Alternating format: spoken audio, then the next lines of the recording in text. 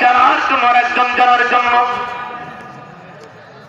হঠাৎ করে হযরত ওমর রাদিয়াল্লাহু তাআলা মসজিদে নববীর ভিতরে প্রবেশ করলেন। আমার ভাইরা মসজিদে নববীর ভিতরে প্রবেশ করলেন, সাহাবারা দাঁড়িয়ে গেলেন। ওগো আল্লাহর নবীর সাহাবা ভাই ওমর, আল্লাহর কাছে মর্যাদাবান সম্মানিত কার আপনি কি একটু বলবেন? ওগো আল্লাহর নবীর সাহাবা ভাই ওমর, হযরত ওমরের মুখটা মলিন হয়ে গেল, কারণ হযরত ওমর জানতেন না আল্লাহর কাছে মর্যাদাবান সম্মানিত কারা। মদিনার সাহাবারা বললেন, ভাই ওমর, আমাদের দৃষ্টিতে মনে হচ্ছে আল্লাহর কাছে মর্যাদাবান সম্মানিত, আল্লাহর পথে মাল এবং জান দেওয়া। আনসার সাহাবারা বললেন, আমাদের দৃষ্টিতে মনে হচ্ছে হাজিদেরকে পানি পান করানো।